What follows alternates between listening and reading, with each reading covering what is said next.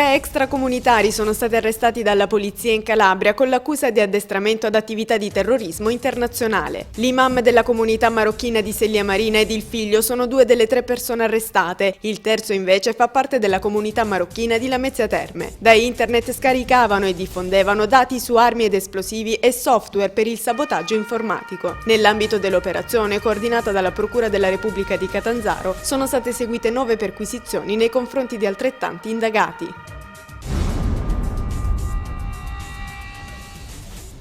La Commissione Antimafia regionale consegnerà a tutti i sindaci della Calabria una targa recante la dicitura "Qui l''ndrangheta non entra". I comuni calabresi ripudiano la mafia in ogni sua forma. Il messaggio dovrà essere affisso al lato del portone d'ingresso di ogni sede municipale. Per il presidente della Commissione, Salvatore Magarò, si tratta di un'iniziativa simbolica a cui ne seguiranno altre.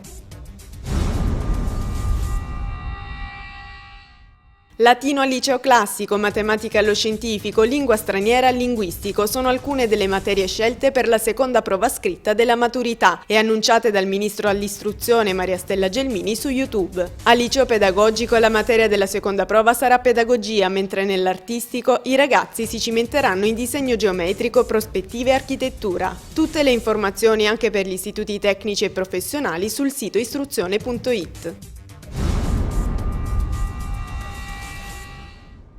Matteo Beccucci, vincitore della seconda edizione di X Factor, entra in scena sulle note di Heaven on Their Minds, il brano di apertura di Jesus Christ Superstar. A lui è affidato il ruolo di Giuda, protagonista del capolavoro di Andrew Lloyd Webber, e Tim Rice in scena al Teatro Rendano di Cosenza il 29 e 30 gennaio nell'ambito della stagione di Prosa 2011. La versione è quella originale in inglese, ma rivisitata dal regista Massimo Romeo Piparo, specialista in musical di successo.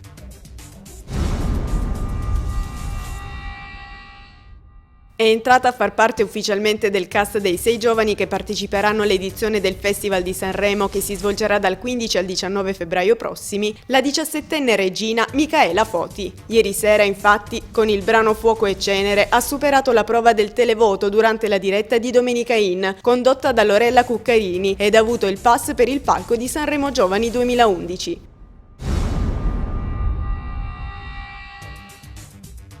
È stato il musicista reggino Giuseppe Gatto, fratello dell'assessore al comune di Reggio Calabria Paolo, il vincitore della 4ª puntata della Corrida, lo storico programma proposto nel sabato sera da Canale 5. Nella finale a 3, tra Edison, ballerino sulle orme di Michael Jackson, Francesca Greco, cantante, Giuseppe Gatto, musicista, ha suonato il suo organetto in sella ad una bicicletta in studio. Il più applaudito è stato proprio il concorrente reggino.